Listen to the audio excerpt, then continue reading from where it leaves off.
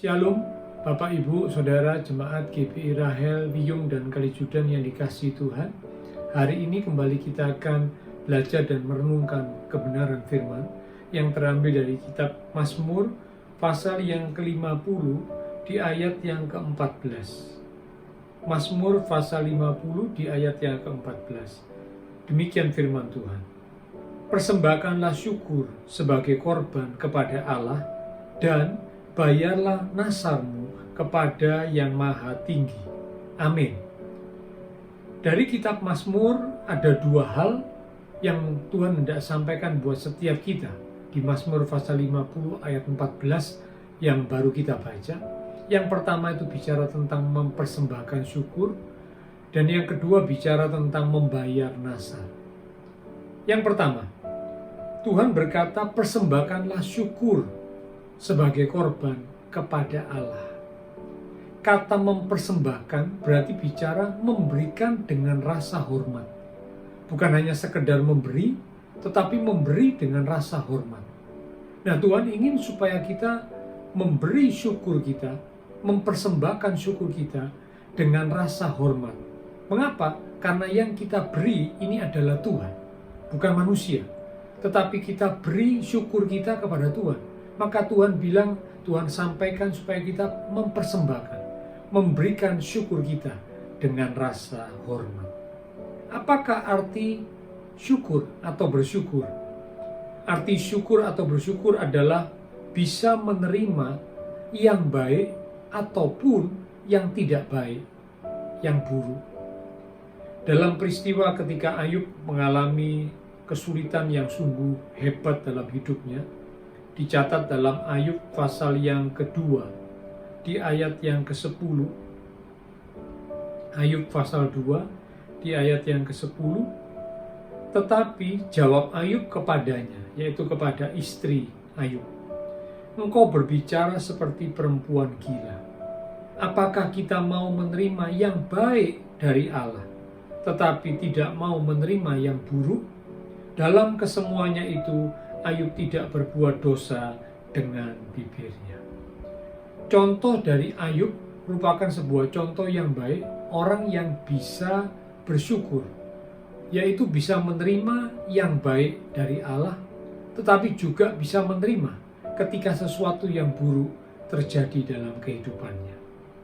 Bersyukur berarti bisa menerima yang baik, tetapi juga bisa menerima yang buruk. Karena dalam perjalanan kehidupan kita di dunia ini, Alkitab mencatat selalu untuk apapun di bawah matahari, ini selalu ada waktunya, ada masanya. Ada waktu untuk menangis, meratap, sedih, namun ada waktu untuk tertawa, gembira, menari, dan bersuka cita. Selalu ada waktunya. Maka, mari kita mau belajar untuk bisa menerima yang baik yang terjadi dalam hidup kita, ataupun ketika Tuhan izinkan sesuatu yang kurang baik, sesuatu yang tidak baik, sesuatu yang kelihatannya buruk terjadi dalam hidup kita. Seperti yang Ayub lakukan, menerima yang baik dari Allah dan juga bersedia menerima yang buruk atau yang kurang baik terjadi dalam kehidupannya. Itulah arti dari bersyukur. Definisi dari bersyukur, menerima yang baik juga yang buruk. Nah, bersyukur itu meliputi mulai dari hati yang bersyukur, ucapan, kata-kata yang bersyukur, demikian juga perbuatan atau tindakan yang menunjukkan syukur kepada Tuhan. Tuhan ingin supaya kita mempersembahkan syukur kepada Tuhan, memberi dengan hormat syukur kita kepada Tuhan, baik dari hati kita, baik dari perkataan kita, baik dari perbuatan kita. Dan syukur harus kita persembahkan, kita berikan kepada Tuhan dengan rasa hormat setiap waktu. Bukan hanya waktu tertentu, melainkan setiap waktu. Persembahkanlah syukur kepada Tuhan. Dan orang yang mempersembahkan syukur kepada Tuhan, berarti dia memuliakan Tuhan. Dalam Mazmur pasal yang ke-50 di ayat yang ke-23 dikatakan, Mazmur 50 ayat 23, Siapa yang mempersembahkan syukur sebagai korban, ia memuliakan aku. Sangat jelas ayat ini berkata, siapa yang mempersembahkan syukur kepada Tuhan, ia memuliakan Tuhan. Nah, mari kita mau belajar untuk mempersembahkan syukur kita kepada Tuhan. Karena itu berarti kita memuliakan Tuhan. Bukankah tujuan Tuhan menciptakan kita adalah untuk memuliakan Tuhan? Dan memuliakan Tuhan bisa terjadi kalau kita belajar untuk mempersembahkan syukur kepada Tuhan.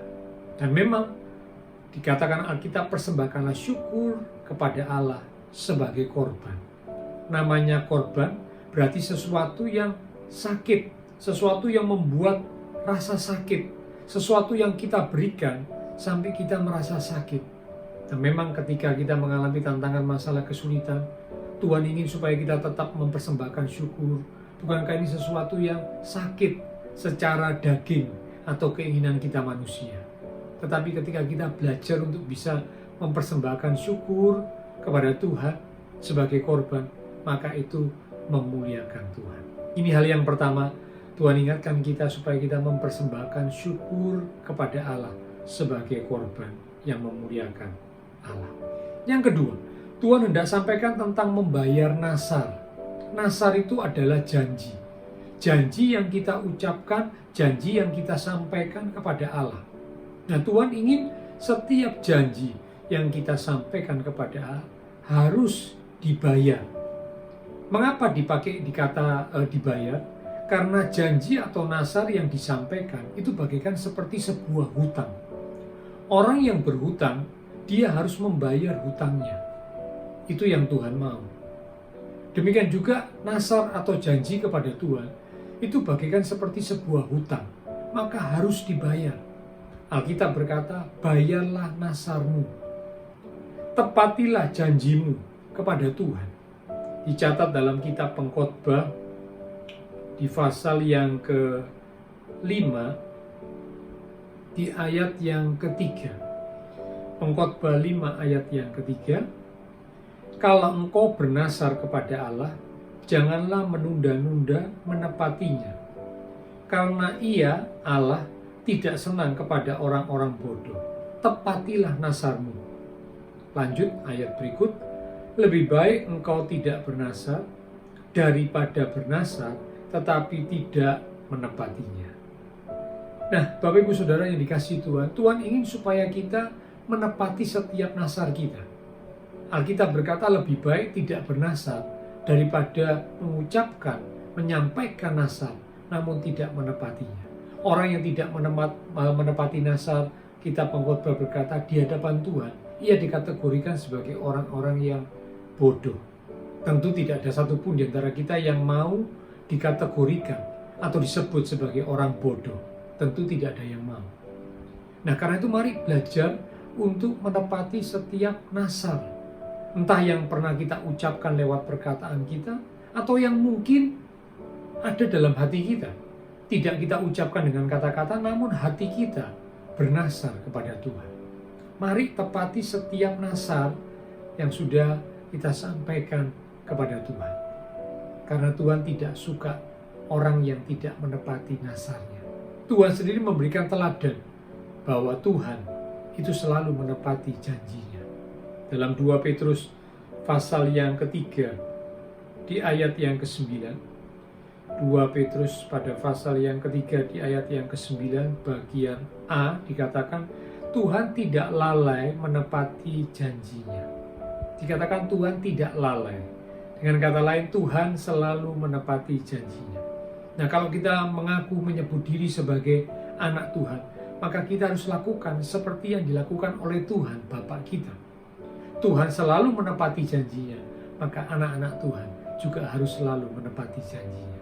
Karena itu hati-hati, jangan sampai kita bernasar atau berjanji kepada Tuhan, tetapi tidak dapat menepatinya. Ayat penutup yang terakhir, dalam Amsal pasal 20, di ayat yang ke-25. Amsal 20 ayat 25, suatu jerat bagi manusia ialah kalau ia tanpa berpikir mengatakan kudus, dan baru menimbang-nimbang sesudah bernasar. Penekanan bagian A dikatakan suatu jerat bagi manusia ialah kalau baru menimbang-nimbang sesudah bernasar.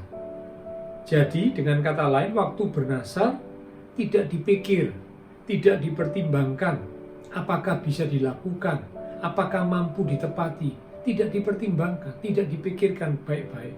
Hanya sekedar saja menyampaikan nasar. Ini menjadi sebuah jerat.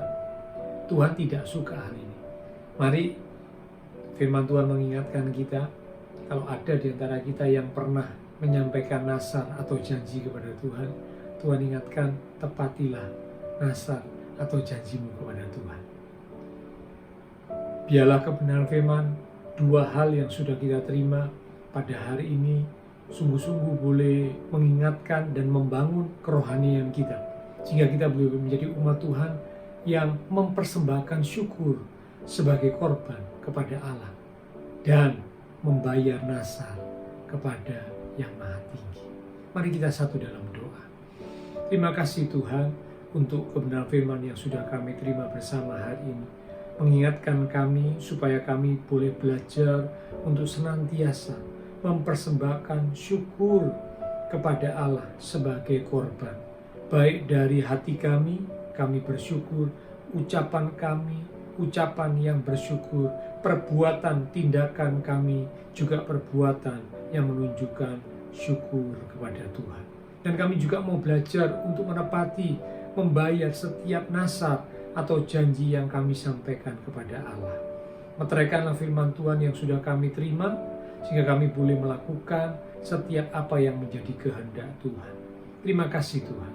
Biarlah segala berkat anugerah damai sukacita yang melimpah dari Allah Bapa Surgawi, kasih Tuhan Yesus Kristus, dan persekutuan dengan kuasa Roh Kudus akan terus memimpin menuntun langkah kehidupan setiap kita. Itu terus menyertai kita sekalian mulai hari ini sampai Maranatha Tuhan Yesus datang kembali. Di dalam nama Tuhan Yesus Kristus kami sudah berdoa. Amin.